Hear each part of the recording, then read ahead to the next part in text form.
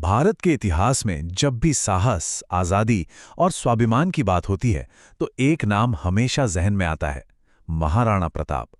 आज हम उसी महान योद्धा की कहानी में चलेंगे जिसकी हिम्मत ने एक बहुत बड़े साम्राज्य को चुनौती दी थी। और सच कहें तो यही एक लाइन महाराणा प्रताप की पूरी जिंदगी को बयां कर देती है। सोच कर देखिए, वो एक ऐसा दौर था जब हिंदुस्तान के ज्यादातर बड़े बड़े शासक मुगल साम्राज्य के सामने सिर झुका चुके थे, लेकिन मेवाड़ की धरती पर एक ऐसा राजा था जिसने अपनी आज़ादी को सबसे ऊपर रखा। तो चलिए शुरू करते हैं ये गाथा। ये सिर्फ किसी जंग की कहानी नहीं है, बल्कि अपने उसूलों और आत्मसम्मान के लिए एक कभी ना खत्म होने वाले संघर्ष की कहानी है। देखिए, उस वक्त के माहौल को समझना बहुत जरूरी है। एक तरफ कई राजपूत राजाओं ने मुगलों के साथ संधियां कर ली थी, रिश्ते बना लिए थे। वहीं दूसरी तरफ थे महाराणा प्रताप, जिन्होंने मेवाड़ की आज़ादी के लिए अकेले लड़ने का फैसला किया। उनका संदेश साफ था, मेवाड़ किसी के अधीन नहीं रहेगा। ऐसा नहीं था कि सीधे जंग का ऐलान हो गया। बादशाह अकबर ने जंग को आखिरी रास्ता माना और पहले अपनी पूरी डिप्लोमेटिक ताकत लगा दी। एक के बाद एक 4 दूत भेजे गए महाराणा को मनाने के लिए, लेकिन प्रताप का जवाब हर बार वही था, मेवाड़ आज़ाद था और आज़ाद ही रहेगा।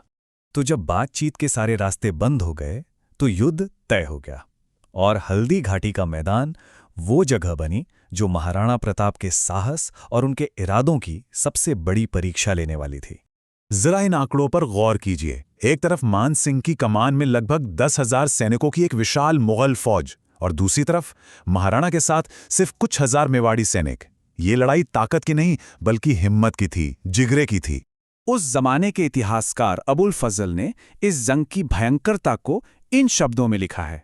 इससे अंदाजा लगाया जा सकता है कि हल्दी घाटी की लड़ाई कितनी खौफनाक थी, जहां हर सैनिक अपनी आखिरी सांस तक लड़ रहा था। और इसी घमासान युद्ध के बीच वफादारी की एक ऐसी कहानी लिखी जा रही थी जो आज भी अमर है। महाराणा का प्यारा घोड़ा चेतक अपने मालिक के लिए ढाल बना हुआ था, लेकिन वो भी बहुत बुरी तरह जख्मी हो गया। लेकिन जख्मी होने के बाद भी उस जानवर ने अपनी पूरी ताकत लगाई और महाराणा को युद्ध के मैदान से दूर एक सुरक्षित जगह पर पहुंचाया। कहते हैं कि एक बड़ा सा नाला पार करने के बाद उस वफादार घोड़े ने अपने प्राण त्याग दिए। चेतक का ये बलिदान हमेशा के लिए वफादारी की एक मिसाल बन गया। हल्दी घाटी का युद्ध तो खत्म हो गया, लेकिन संघर्ष नहीं।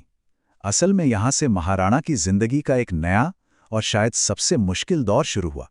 मुश्किलों, हिम्मत और कभी न टूटने वाले स्वाभिमान का दौर। महाराणा ने अब अपनी रणनीति पूरी तरह बदल दी। उन्होंने अरावली की पहाड़ियों को अपना किला बनाया और वहीं से मुगल सेना पर छोटे छोटे लेकिन लगातार हमले करने शुरू किए। उनकी इस गुरिल्ला वॉरफेयर की तकनीक ने एक बहुत बड़ी सल्तनत की सेना को कभी चैन से बैठने ही नहीं दिया। इस लंबे संघर्ष में महाराणा की सबसे बड़ी ताकत थे भील आदिवासी। राणा पूंजा के नेतृत्व में भील समुदाय ने सिर्फ लड़ाई में ही साथ नहीं दिया, वो उनकी आंखें और कान बन गए। उन्हें अरावली का चप्पा चप्पा पता था। उनके तीर अचूक थे। वो दुश्मन की हर हरकत की खबर लाते और सैनिकों के लिए खाने और छिपने का इंतजाम भी करते। ये एक राजा और उसकी प्रजा के अटूट भरोसे की कहानी है। महाराणा प्रताप का ये लगातार संघर्ष बेकार नहीं गया। उनकी जिंदगी के आखिरी सालों ने उनकी जिद को एक शानदार वापसी में बदल दिया और एक ऐसी विरासत बनाई जो आज भी जिंदा है। हुआ ये कि जब मुगल साम्राज्य का ध्यान दूसरी तरफ भटका तो महाराणा प्रताप ने एक एक करके अपने इलाके वापस लेने शुरू कर दिए। उन्होंने चित्तौड़गढ़ और मांडलगढ़ को छोड़कर मेवाड़ की लगभग 86 जरूरी चौकियां वापस जीत ली थीं। ये उनकी कभी हार ना मानने वाली सोच का सबसे बड़ा सबूत है। और ये बात समझना बहुत जरूरी है कि प्रताप की लड़ाई किसी धर्म या जाति के खिलाफ नहीं थी। ये लड़ाई थी मेवाड़ की आज़ादी के लिए। इसका सबसे बड़ा सबूत ये है कि उनकी सेना में हाकिम खान सूर जैसे अफगान सेनापति भी थे, जो राजपूतों और भीलों के साथ कंधे से कंधा मिलाकर लड़ रहे थे। तो आखिर में एक सवाल बचता है, क्या स्वाभिमान की लड़ाई में कोई सच में हारता है?